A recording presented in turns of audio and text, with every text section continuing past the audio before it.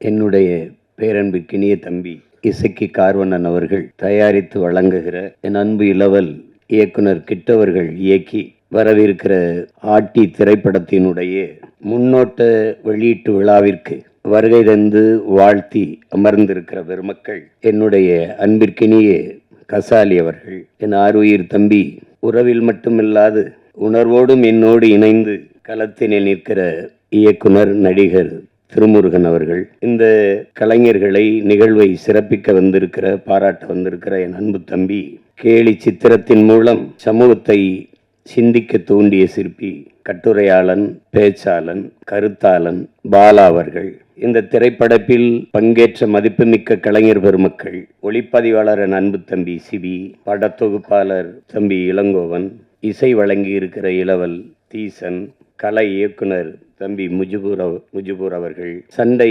இயக்குனர் தம்பி சுரேஷ் அவர்கள், ஆடை நிபுணர் பூங்குயில் கிட்டு அவர்கள், திரையிலே தோன்றி கதாபாத்திரங்களை கண்முன்னே நிறுத்துகிற கலைஞர்களாக இருக்கிற அன்பு தம்பி ஆனந்தன், எதிர்நாயகனாக நடித்திருக்கிற அறிமுக நாயகர் தம்பி பிரவீன் பழனிசாமி, நகைச்சுவை நடிகர் என் தம்பி காதல் சுகுமார், என் அன்பு மாமன் சவுந்தர் அவர்கள், கதாநாயகியாக இருக்கிற அன்பிற்கினிய அபி நட்சத்திரா அவர்கள், எல்லோருக்கும் என்னுடைய அன்பும் வாழ்த்துக்களும். இந்த நிகழ்விலே பங்கேற்று இதை உலகெங்கும் பரவி வாழ்கிற என் உயிர் சொந்தங்களிடத்தில் கொண்டு போய் சேர்க்க இருக்கிற அச்சு ஊடக, காணொளி ஊடக என் உறவுகள் அனைவருக்கும், குறிப்பாக மதிப்புமிக்க பெருமக்கள் அன்பிற்கினிய அண்ணன் நெல்லை சுந்தரராஜன் அவர்கள், பெருதுளசி பழனிவேலுங்கையா அவர்கள், தம்பி மீனாட்சி போன்ற மதிப்புமிக்க பெருமக்கள், எப்போதும் நான் பேரன்பு கொண்டு நேசிக்கிற என் அன்பு சொந்தங்கள், உங்கள் அனைவருக்கும் என்னுடைய அன்பும் வணக்கமும். காதல் சுகுமார் ஒரு நகைச்சுவை நடிகர். இப்படி பார்க்குறோமானால் அவன் மற்ற நடிகர்களைப் போல ஒரு புகழ்பெற்ற ஒரு திரைக்கலைஞராக இல்லை என்றாலும் அவன் ஒரு ஆகச்சிறந்த தமிழ் மகன், பெரிய உணர்வு கொண்ட, இன உணர்வும் மான உணர்வும் கொண்ட ஒரு மகன். அந்த சூழலிலே அவன் வளர்ந்து வந்து கொண்டிருக்கிற காலங்களிலே இன உணர்வோடு எந்த நாட்டிற்கு சென்றாலும் தன்னுடைய உணர்வு குன்றாமல் நம் உறவுகளிடத்திலே நின்ற ஒரு தம்பி. அதனால் அவனிடத்தில் எனக்கு ஒரு தனிப்பட்ட பேரன்பு எப்போதும் உண்டு.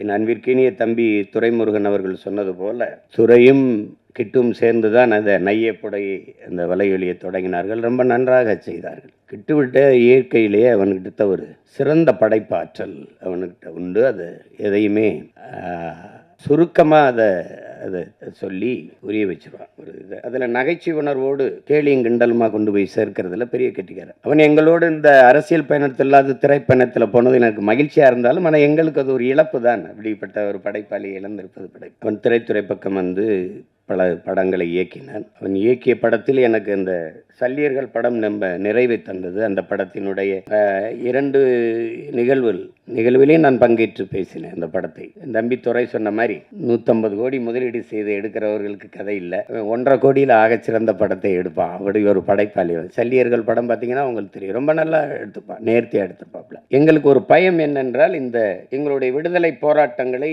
இன அழிப்பு அந்த தொடும்போது அது ரொம்ப உணர்வுபூர்வமானது, சரியாக செய்யணும், இல்லைன்னா சிக்கலாயிடும். எங்கள் தலைவருக்கு அதில் ஒரு பெரிய கனவு. அவரை போல இந்த இனத்தில் பிறந்தவன்ல திரைக்கலையை நேசித்த ஒரு மகன் இதுவரைக்கும் இருக்க முடியாது. இங்கே இருந்த கட்சிகள், குறிப்பா கம்யூனிஸ்ட் இயக்கங்கள், திராவிட இயக்கங்கள் எல்லாம் திரைக்கலையை வந்து ஒரு சாக்கடை, குப்பை, சினிமாக்கார பயல், இப்படிதான் பேசி பேசி அதை சாக்கடையே என்றே சொல்லி கொண்டு விட்டார்கள். அதுல உருண்டு பிறண்ட நாயும் பண்ணியெல்லாம் நாட்டாண்டுட்டு போயிடுச்சு. இதுதான் நடந்தது பெரிய விபத்து.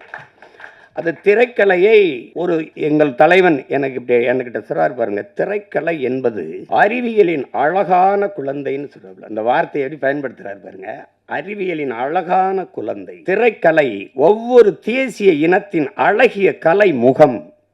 எப்படி வைக்கிறார் பாருங்க. இப்படி பேசல அவரும் மெதுவாக சொல்றாரு, நான் அதை எடுத்து. அந்த பார்வை அவர் இடத்துல இருந்தது. அது காரணம் வந்து சின்லஸ் லிஸ்ட், பிரேவ் ஹார்ட், பென்ஹர், இந்த மாதிரி படங்களை பார்க்கும்போது நம்ம விடுதலை போராட்டம் ஏன் இப்படி ஒரு படமா வரக்கூடாதுன்னு அவருக்கு ஒரு இது இருந்தது. ஒரு கெடுவாய்ப்பா தமிழ் பேரினத்தில் அவர் ஒரு நிர்வாக தலைவனா இல்லாம தன் இன விடுதலைக்கு போராட்ட களத்தில், போர்க்களத்தில் நிற்கக்கூடிய தலைவனா இருந்து, அவன் மட்டும் இவர்களை மேல 50 ஆண்டு 60 ஆண்டு 10 ஆண்டு 20 ஆண்டுலாம் ஆள் இருந்த உலகத்திலே தலை சிறந்த நாடாக தன் இனம் வாழ்கிற நாட்டை கொண்டு வருகிறான். அவனுடைய கனவு வந்து பல்லாயிரம் ஆண்டுகளாக தம் முன்னோர்கள் தூக்கி சுமந்த கனவு, அவன் அறம் சார்ந்து வாழ்ந்த ஆட்சி செய்த மறவர்களின் கனவு. அதனால அப்படிப்பட்ட ஒரு தலைவன் அதுக்காக பெரும் முயற்சி எடுத்தார். தன்னுடைய போராட்டத்தை இப்படியாவது எடுத்து கொண்டு போகணும்னு எடுத்தார், சின்ன சின்னதா. அதுக்குள்ள எங்களுக்கு காலம் சரியா வரல, அது கெடு வாய்ப்பா அமையலை, முடிஞ்சு. அதனால இந்த மாதிரி படங்களை எடுக்கும்போது ஒரு நடுக்கம் இருக்கும். அது சரியா செய்யணும், இல்லைன்னா தப்பா போயிடும். வரலாற்றை தவறா பதியக்கூடாது, உங்களுக்கு தெரியும். அதுல என் தம்பி சல்லியர்களை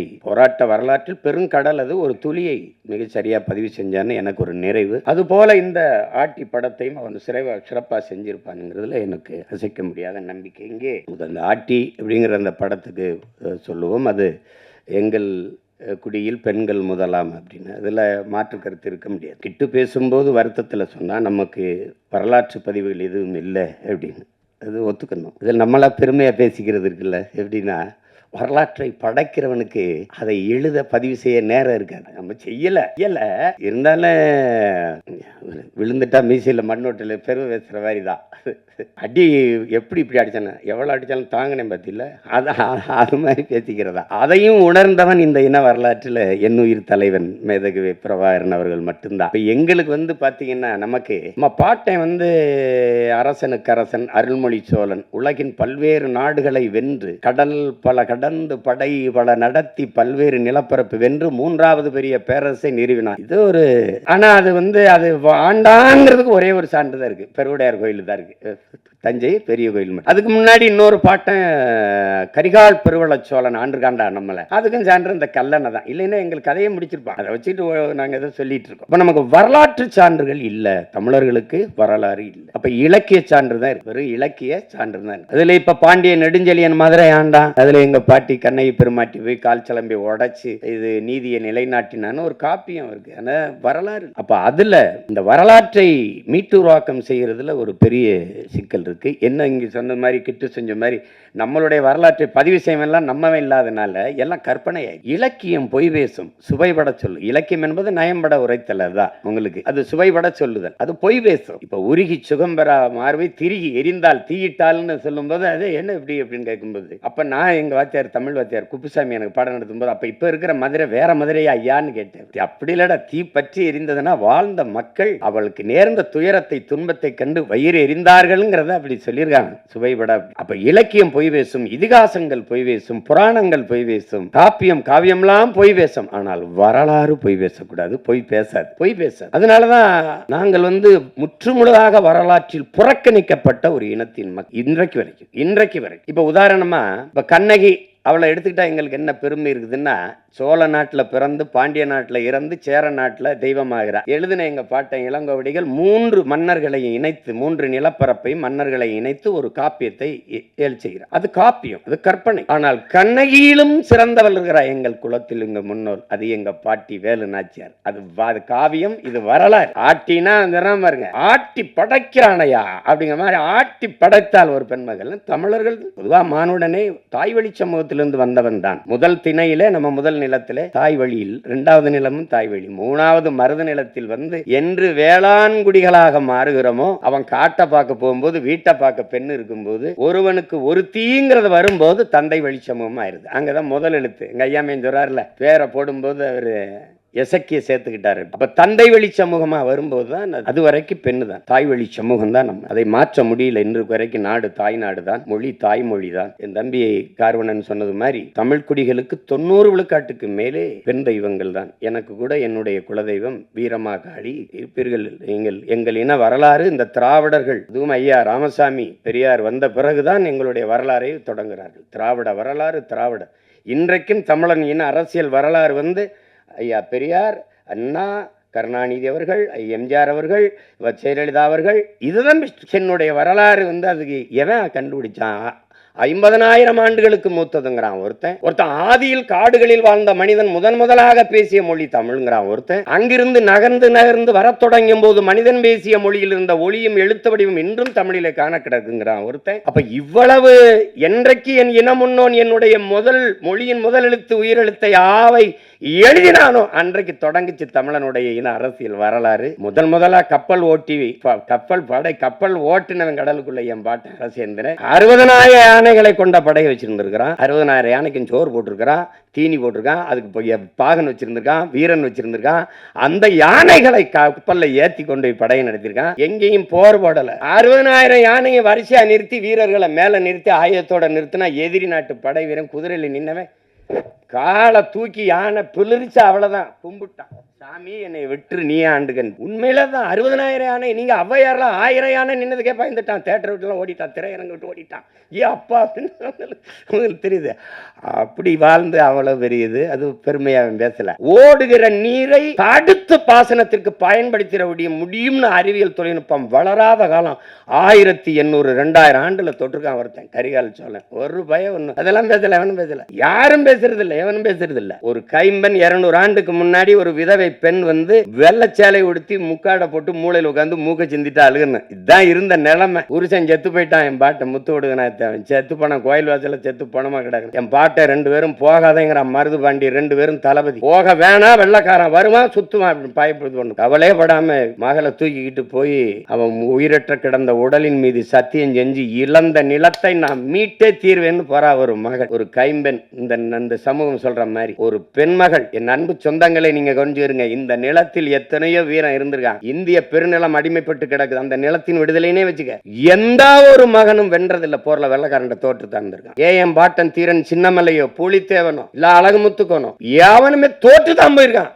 ஒரே ஒரு பெண்மகள் தான், ஒரே ஒரு பெண்மகள் தான் போரிட்டு வெள்ளையனை தோக்கடித்து இழந்த நிலத்தை மறுபடியும் மீட்டவள் ஒரே ஒருத்தி எங்க பாட்டி மானமரத்தி வேலை நாச்சியார் தான். உண்மையிலே ஆட்டினா அவதான். அதை நம்ம பேசுறதுல வரலாற்றுல ஒரு படிப்பினை இல்ல. கண்ட நாய் பேய்க்கெல்லாம் தெருவிலங்கும் சிலை இருக்கு. என் பாட்டிக்கு இந்த சிவங்க அரண்மனை வாசல ஒரு மரப்பாச்சி தண்டி பொம்மை வச்சிருக்கான். இதெல்லாம் அப்ப எப்படி வருதுன்னா கோவம் வருது. வரலாற்றில் நீ புறக்கணிக்கப்பட்டுட்டாய். உன் பாடத்திட்டத்திலே தென்னாட்டின் சான்சிராணின்னு தான் உன் பாட்டி எழுதியிருக்கான் வேலுநாச்சியார. வேலுநாச்சியார் பிறந்து இறந்து 85 வருஷம் கழிச்சு பிறக்கிறா. மணிக்கர்ணைங்கிற பெண் 85 வருஷம் கழிச்சு பிறக்கிறா. இளம் வயதிலேயே திருமணம் முடிச்சு கொடுத்ததுனால சான்சி அந்த மன்னன் இறந்து போனதுனால அந்த நிலப்பரப்புக்கு அவ தலைவியாகி அரசியானதுனால சான்சி ராணி. இளம் வயது திருமணம்னால லக்ஷ்மி பாய் சான்சி ராணி லக்ஷ்மி பாய்னு பேர் வருது. நீ என்ன வரலாற்றுல பதிவு செஞ்சிருக்கணும்? சான்சி ராணி எழுதும் போது வடநாட்டின் வேலுநாச்சியார்னு எழுதிருக்கணும். ஆனா நீ என்ன பண்ற? தென்னாட்டின் சான்சி ராணின்னு என் பாட்டி எழுதுற.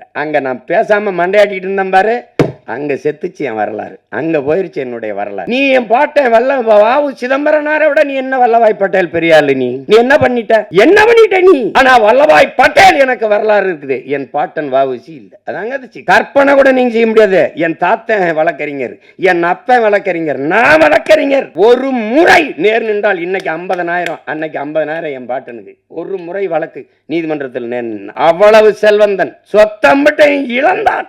மண்ணின் விடுதலை, இந்த தமிழ் மக்களின் மானம் கப்பலேற விடக்கூடாது என்பதற்காக கப்பல் ஓட்டிய ஒரு பெருந்தமிழர், சுதேசி கப்பல். நான் என்னடா தமிழ் தேசம் பேசுறேன், அவன் தமிழ் நேசன் அப்படின்னு அன்னைக்கே இதழ் நடத்தினான். அன்னைக்கே தமிழ் தேசம் தமிழ் நேசன் பத்திரிகை நடத்தினான். அவன் வரலாறு எங்க இருக்கு? எனக்கு மாடு இழுக்க திணறும் செக்க மனுஷன் இழுத்திருக்கான் இந்த மண்ணின் விடுதலை. போய் கோவை சிறையில் இருக்கு. இன்னும் அந்த சிலை நினைவா இருக்கு அந்த செக்கு. ஏன்னா அவன் இருந்த அறைக்கு பக்கத்துல இருந்தவன் அவன் பேரன் நான். அதே கோவை சிறையில பக்கத்து அறையில் செக்கிழுத்த செம்மல் வாவு சிதம்பரனார் இருந்த சிறை அப்படின்னு எழுதி வச்சிருக்கான். அந்த அறை எழுதி வச்சிருக்கான். வேணா நீ வேணா போயிட்டு அவனு போல விரைவில் அனுப்பி வைக்கிறேன். ஏதாவது இதுல பேசிட்டு வாடனா போட்டுருவான். என்ன நான் போகாத சிறை இருக்குன்னு நினைக்கிறீங்களா? நீதிமன்றம் இருக்குன்னு நினைக்கிறீங்களா? அவருக்கு ஏதாவது பார்க்கணும் சீமானா உடனே வரணும், கட்டாயம் நேர் நிக்கணும். வழக்கு இருக்கு, இதுக்கு ஒரு வழக்கு இருக்கு. வல்லபாய் பட்டேல படித்தோம். நம்மளுடைய பாட்டன் வாவு சிதம்பரனாரே படிக்கல. நீங்க எல்லாம் நான் கோவப்படுறேன்றீங்க. நான் கோவப்படுறதே பரவாயில்ல. என் தம்பியெல்லாம் கொந்தளிச்சுட்டாப்ல. இங்க பாருங்க, தொலைக்காட்சியில என் உடன் பிறந்தார்கள் இருக்கிறீங்க. தந்தை பெரியார், கலைஞர் அதான் பேச. நீங்க ஜெயலலிதா அம்மா சொல்லணும், இவர் அப்பா சொல்லணும், அவரை தந்தை சொல்லணும், இவரை கலைஞர் சொல்லணும். ஆனா எங்களை மட்டும் வாவுசி மாப்போசி என்னடா சிசின்னு வச்சுக்கிற நீ? எப்படி இருக்கு? எந்த மான தமிழன் இதை ஏற்பான்? வாவுசி, மாப்போசி, என் சிலம்பு செல்வர் மாப்போசி, செக்கிழுத்த செம்மல் வாவுசி, சொல்ல முடியாத ஒண்ணல்ல. தமிழ் தென்றல் திருவிக்கா, தனித்தமிழ் அடிகளார் மறைமலை அடிகள், முத்தமிழ் காவலன் கியாப்பை விஸ்வநாதர், பேச முடியாத ஒண்ணல்ல. பேச முடியுமா? முடியாது. திரைப்படத்தில் நடிச்சவன தலைவர் என்ன சொல்றாருன்ற, தலைவர் என்ன சொல்ற, எங்க தலைவர் என்ன சொல்ற, திருப்பிரபாகர் என்ற டேய் கழுத்த திரி விடலனையும் பாத்துட்டு நீ ஏன் அவரை மேதகன்னு சொல்ல மாட்டியா? சொல்ல மாட்டியா? பேசுறத பாரு, நீ பேசுறத பாரு, பேச நாளைக்கு கூட பேசுவான் பாரு, பேச்சு எப்படி பேசுவான் பாரு. தமிழர் தந்தை சீபாதித்தனார் சொல்ல முடியாதா? சொல்ல முடியாதா? சிந்தனை சிற்பி சிங்காரவேலர் அப்படி சொல்லியிருக்கியா? நீ எங்கேயாவது சொல்லியிருக்கியா? ஆனா இதை மட்டும் பாரு, இதை மட்டும் தமிழன் விழித்துக் கொள்ளனேன்னு வச்சுக்கிறீங்க. பெரியார் தந்தையாய், ஐயா ஸ்டாலின் அப்பாவாயி, ஜெயலலிதா அம்மாவாயி, நம்ம எல்லாம் எவன் என்னன்னு தெரியாம போயிடும். பெத்தப்ப அம்மாவை மறந்துட்டு நீ தான் அம்மா அப்பான்னு சொல்லிட்டு திருவேன். இப்படிதான் உன் வரலாற்றை இழந்த நீ, இப்படிதான் இழந்த. நான் தான் படிக்க வச்சேங்கிறது நீ எப்படி நம்பின? எப்படி நம்பின நீ? எப்படி நம்பின? உன் இனத்தில் எத்தனை பெண்பார் புலவர்கள்? 100க்கும் மேற்பட்ட பெண்பார் புலவர்கள். நச்சினார், கிணியர், அவ்வை, எத்தனை அறிவு மூதாட்டியே உன் பெண் பெருமகள் அவ்வை. பெண்களை காப்பிய நாய்களாக வச்சு பாடியவன் தமிழன். சிலப்பதிகாரம், மணிமேகலை, எத்தனை காப்பியங்கள் குல தெய்வங்களாக வச்சு கும்பிட்டவன் தமிழன். அப்ப எப்படி எங்க நீங்க நான் தான் பெண்ணடிமையை நீக்கணும் எங்க நீக்கணும்? நீ படிக்க வச்ச சரி எதை? திருக்குறளை, சிலப்பதிகாரத்தை, மணிமேகலையை, சிவக சிந்தாமணியை, வளையாபதியை, குண்டலகேசியை, ஐங்குறுநூறுவை, 18 அகநானூறுவை, புறநானூறுவை, கலித்தொகையை, கலிங்கத்து பரணியை படிக்க வச்ச, கம்ப ராமாயணத்தை படிக்க வச்ச, இதையெல்லாம் எழுதினவனை எவன்டா படிக்க வச்சது? பதில் வச்சிருக்கியா? பதில் வச்சிருக்கியா? பெரியார் தான் படிக்க வச்சார். வச்சுக்க. பக்கத்துல இருந்த அறிஞர் அண்ணாவா WMA 2 முதுகலை படிச்சாரு. அண்ணாதுரை ஐயா, அதுக்கப்புறம் ஐயா அன்பழகன், நெடுஞ்செழியன், இவர்கள் 3 பேரையும் படிக்க வச்சது யாரு? அவருக்கு பக்கத்திலே உட்கார்ந்து இருந்தாங்களப்பா. ஏன் இதெல்லாம் நீ கேள்வி எழுப்பல? வரலாற்றை மறந்து விட்ட இனம் சுடுகாட்டில் இறந்து கிடக்கிற பிணம்ங்கிற கோசிமி எங்க இருக்குது? ஒன்னு எங்க நீ பெண்ணை அடிமை? தமிழன் பல்வேறு நிலப்பரப்பை வென்றான், எந்த இனத்தையாவது அடிமைப்படுத்தி ஆண்டான். ஒரு செய்தி சொல்றாப்பா, என் மாண்புடா, என் மாண்பு தமிழ் பேரன்பின் தாயிடா, இல்லைன்னா யாரும் ஊரே யாவரும் கேளீர்னு எந்த மொழி சொல்லிருக்குடா? பிறப்பு ஒக்கும் எல்லா மனிதருக்கும் கூட பாடல, எல்லா உயிருக்கும் உலகத்துல எந்த மொழி சொன்னது? என் தமிழ் தான் சொன்னது, என் தமிழ் தான் பாடியது. புதியது ஒரு உலகம் செய்வோம், கெட்ட போரிடும் உலகத்தை வேரோடு சாய்ப்போம், என் தமிழ் தான், என் தமிழ் தான். காக்கை குருவி எங்கள் சாதி, நீல் கடலும் மலையும் எங்கள் கூட்டம், எங்கள் தமிழ் தான். இது எனக்கெல்லாம் கற்பிச்சேங்கிற பாரதி பிறந்து இறந்து 1921 நம்ம பாட்டன் பாரதி இறந்து போறான். 36 தான் ஐயா ராமசாமி பெரியார் பேசவே ஆரம்பிக்கிறார். அவன் பாடாத பெண்ணியமாடா, அவன் பாடாத கல்வியை வலியுறுத்தியாடா? எப்படி? தமிழை சனியன் என்கிறார், அவன் இனிது என்கிறார். வான் அளந்த அனைத்தும் அளந்த வன்மொழி வாழியவங்கிறான். வான் அளந்த அனைத்தும் அறிந்ததரா என் தமிழ்ங்கிறான். வான் அளந்த அனைத்தும் அறிந்ததரா என் தமிழ் வளர்மொழி வாழியவேங்கிறான். நீ காட்டு மிராண்டிங்க. சிங்களம் புட்ககம் சாவகம் யாவும் சென்றேறி பல தீவனுக்கும் சென்றேறி அங்கு தங்கள் புலிக்கொடி மீன்கொடி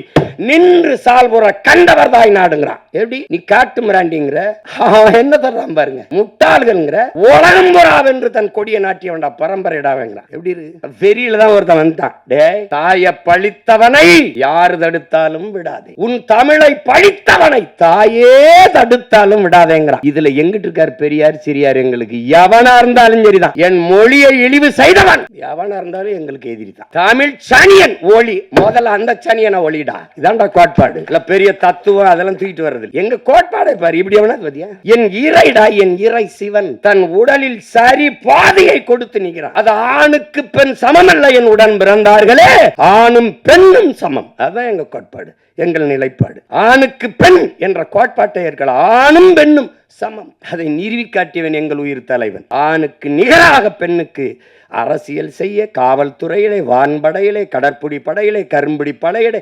எல்லாவற்றிலும் சமபங்கை கொடுத்தவன் என் உயிர் தலைவன் மேதகுவே பிரபாகரன் அவர். அதைத்தான் அவன் பிள்ளைகள் இன்று 234 இடம் என்றால் 117 ஆண்கள் 117 பெண்களை கொடுக்க காரணம் அதுதான். இதில் பெருமை ஒன்றுமில்லை, பிறவி கடமை செய்கிறோம், அவ்வளவுதான்.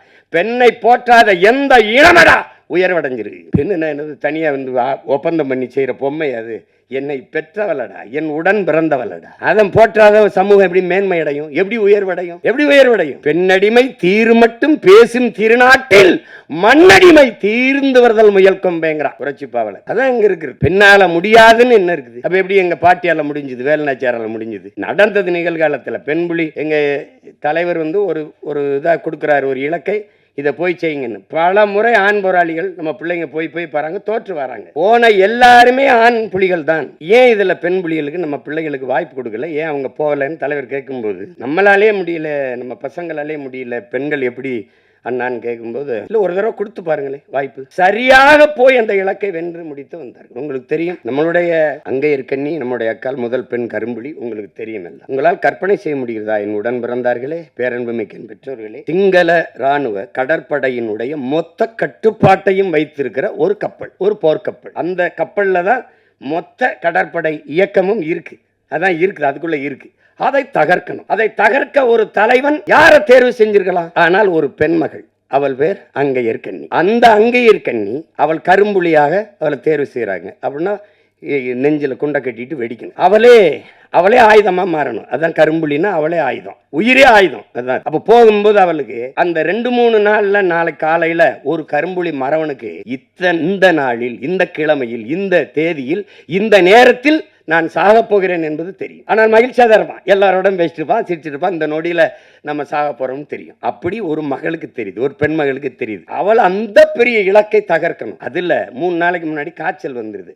இந்த காய்ச்சல் அடிக்கிறதே சக தோழிகளுக்கோ போராளிகளுக்கோ சொல்லிட்டா அன்னைக்கு தகவல் போயிடும். உங்களுக்கு உடம்பு முடியலன்னா அன்னை நம்மளை பின்னடை வச்சுட்டு வேற ஆளை தேர்வு பண்ணிடுவாருன்ட்டு அதை விட்டு கொடுக்காம, அதை சொல்லாமல், தன் உடல் நிலை சரியில்லாதையும் சொல்லாமல் அந்த மகள் அப்படியே வச்சு அந்த உடல் இது அந்த காய்ச்சல் அடிக்கிறதோட அவ அதிகாலையில பயணப்படுறா. போய் அந்த தாக்குதலுக்கு ஒரு மாலையில கிளம்பி எல்லாரும் போய் இரவுல இன்னும் இருக்கு, நாங்க ஆவணப்படம் வச்சு வெளியிட்டோம், பயணம் அனுப்பி வைக்கிறாங்க. தன்னுடைய சகாக்கள் எல்லாம் போய் ஒரே மகள் 36 கிலோமீட்டரை ஒரு கடும் குளிரில் கடலுக்குள்ள தனி மகளா, ஒரு பெண்மகள் ஒரே மகள் அந்த குளிர்ந்த அடர்ந்த குளிருக்குள்ள ஆழ்கடல் நீஞ்சி போறா. 36 கிலோமீட்டரை 13 மணி நேரங்கள் ஒரே மகள் தனியாக நீஞ்சி போய் இந்த இரவு முடிஞ்ச அடுத்த பகல் தொடங்குற 12 மணிக்கு நடு உள்ள போய் அந்த கப்பல்ல போய் நின்று நடு கப்பலை அடிச்சு தகர்த்து எரிஞ்சா பாரு. உலகம் திரும்பி ஒரு மகள், ஒரு பெண் மகள். குலதெய்வம் எப்படி உருவாகுதே?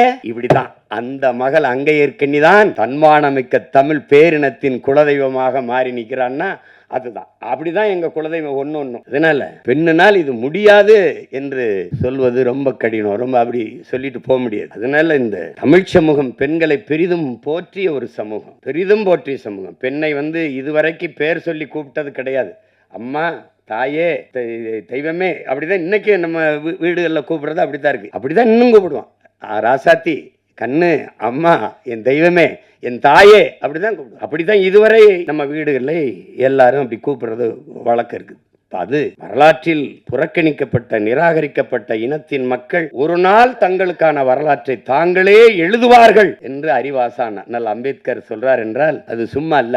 அப்படி வரலாற்றில் நிராகரிக்கப்பட்ட, புறக்கணிக்கப்பட்ட இனத்தின் மக்கள் எங்களுக்கான வரலாற்றை நாங்களே மீட்டுருவாக்கம் செய்கிற, மறுபதிப்பு செய்கிற பணியை செய்கிறோம். அதில் ஒன்றுதான் என்னுடைய தம்பி கிட்டு போன்ற திறமைமிக்க திரைக்கலைஞர்கள் செய்து வருகிற சிறிய முயற்சி. இன்னைக்கெல்லாம் பொன்னியின் செல்வன் ஒரு படம் பார்த்தா அதுதான் நம்ம சோழ வரலாறுன்னு நினைச்சிட்டு இருக்கோம். அது ஒரு புதினம், அது ஒரு நாவல், அது ஒரு ஒரு திரைக்கதையா அது ரசிக்கத்தக்க சொல்லப்பட்டது. உண்மையான வரலாறு அது ஒன்றும் இல்லையே. ஆதித்ய கரிகால என்ன தற்கொலை பண்ணி செத்து போட்டான்னு இருக்கு கதை, காதல் தோல்வியில் செத்து போனான்னு வருது. சரி, என்ன பண்றது? அது அப்ப உலகெங்கும் ஒவ்வொரு இனத்தையும் வரலாறு தான் வழி நடத்துது. அப்ப என் இன வரலாறு தான் என்னை வழி நடத்தணும். ஆனால் எனக்கு ஒன்று வரலாறு இல்லை. அதுதான் இங்க இருக்கிற தடுமாற்றத்துக்கு காரணம். அதுதான் உங்களுக்கே தெரியும். தமிழருடைய அரசியல் வரலாறுன்னா இதுதான் இருக்குது. அதை பேச மாட்டாங்க. நீங்க அதை சொல்லவே மாட்டாங்க. ஆகப்பெரும் மேதைகள், அறிஞர்கள் வாழ்ந்த நிலம் இது. ஜீவானந்தம், சிங்காரவேலரை தாண்டி இங்க வேணுமா? அயோத்திதாரசர், ரெட்டமலை சீனிவாசன், MC ராசாவோட தலைவர்கள் உங்களுக்கு வேணுமா? இல்ல அவங்களாம் தலைவரா தெரியலையா? பெரும் மேதைகள் வாழ்ந்திருக்காங்க இந்த நிலத்தில். தன்னலமற்று உண்மையும் நேர்மையுமாக இந்த மக்களுக்கு வாழ்ந்து மறந்திருக்காங்க. கக்கன் தாத்தா காமராஜர், தாத்தா கக்கன், தெய்வ திருமகன் தாத்தா முத்துராமலிங்க தேவர், எவ்வளவு பெரிய மேதைகள் இந்த நிலத்தில் இருந்து வாழ்ந்திருக்காங்க. அந்த வரலாறுலாம் புறக்கணிக்கப்பட்டிருக்கு. தமிழனுக்கு எவன் தலைவனா வந்தாலும் சாதி மதத்துக்குள் தள்ளுவான். தமிழன் அல்லாத எவன் வந்தாலும் அவனை அப்படியே தலைவனா ஏற்று கொண்டாடுவான். இது ஒரு நோய். சீமான் வந்தா என்ன ஆளுக, அப்படிதானே என்ன ஆளுக, நம்ம ஆளுகளா அப்படின்னு என்னையே கேட்டான் தோல் மேல கைப்பட்டு. நீங்க என்ன ஆளுங்க? நான் சித்தாளுக, உங்க வீட்டுல பூச்சி வேலை இருந்தா சொல்லுங்க, பூசிட்டு போறேன்னு. அது தெரிஞ்சுக்கிற ஆர்வமா இருப்பான். எப்படி விசாரிப்பான்னு நினைக்கிறீங்க?